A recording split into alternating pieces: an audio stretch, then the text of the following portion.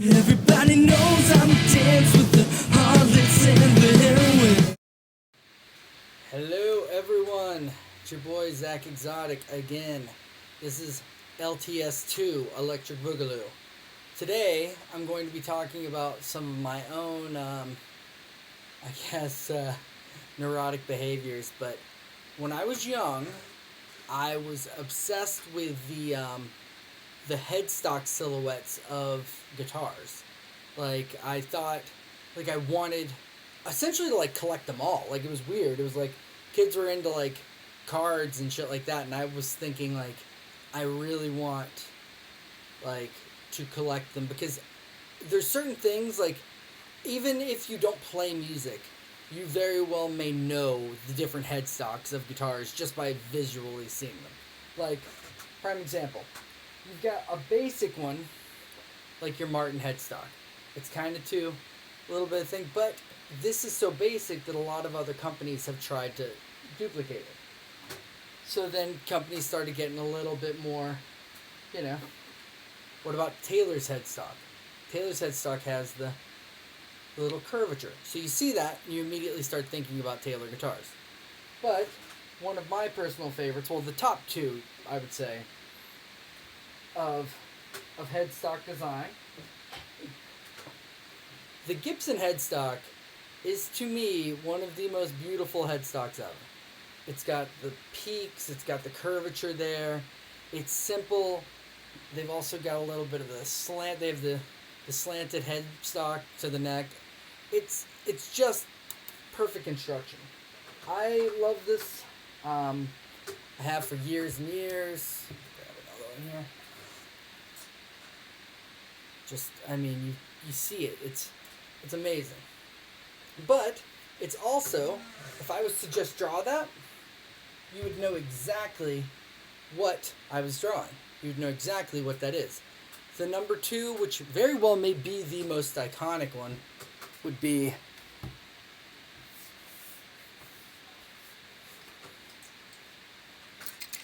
your Fender headstock. The Fender headstock, let's see if I can get that bad boy in there without all the crazy strings, is one of the most iconic looks ever. I mean, people who've never owned a guitar own shirts that say Fender and have that nonsense on them,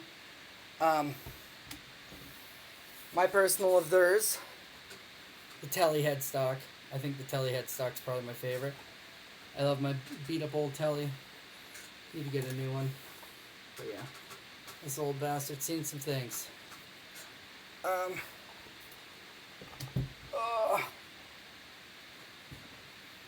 Now, let's go a little deeper. If you were into metal in the 90s or 80s, the Ibanez headstock was very, very popular. This is an old RX series. Heavy guitar, actually. Had this thing for many, many years. We've been on journeys of debauchery together. Good old RX 240. We made those bad boys in Korea.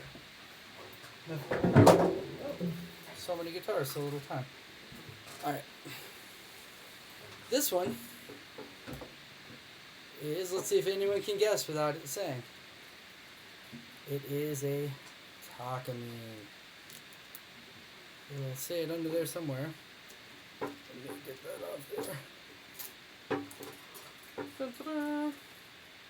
So, this guitar, that headstock, you know it. It's got the point at the tip, it's cut inward, and, it's a very mass-produced product, so you'll see it and you'll know it. What Gibson did that I thought was kind of strange, and I always kind of appreciated it, was they made their Epiphone line with the traditional Epiphone headstock still, which is like a almost curved version of the Gibson headstock. So let me have one over here. Ugh. So you got Epiphone headstock here, right? See the curves. and it's different. So, and check this thing out. This is the one. This is my baby. To Zach. Keep picking. Les Paul. If you were watching my Q&A episode, you'll remember me discussing when I went to go meet Les Paul in there, but apparently my thing cut off, a little recording cut off. But we've got your Dean headstock. Dean headstock's kind of interesting. It kind of almost has a Gibson feel, but it has a different curvature to it, which is very cool. And one of my personal favorites. Let's see. Let me grab this guy here for you. Should have had that better prepared when I clipped the video, but I put everything away. You've got the Ovation headstock, which is interesting with its curvature. It's got actually even more curvature onto the physical head of it. So it's definitely one of my favorites. It's an interesting look, and it's one of the things that definitely set it apart from other brands. So, yes, good work, guys. Truthfully, I had kept yapping on the other video, and I don't really know what I was talking about, but this is LTS2, so it's basically just shit talking. I did go into the Rickenbacker guitars. I think they're really amazing. The headstock, I definitely still want to get one before I die. But there's so many. If you look up Parker guitars, they have these, like, I think they're called like Fireflies or whatever, but their headstock is so strange. Then you've got the guitars without the headstocks, which, to be honest, to me, I mean, I bet they sound amazing. I just could never do that. Like, I could never get into that. I don't know why. Maybe it's, like I said earlier, because I'm some sort of, like, headstock weirdo. Like, I think that they're cool, but I could never do that. I think that they're so weird. I mean, having one for a guitar collection, maybe, but, like, I just couldn't play that live.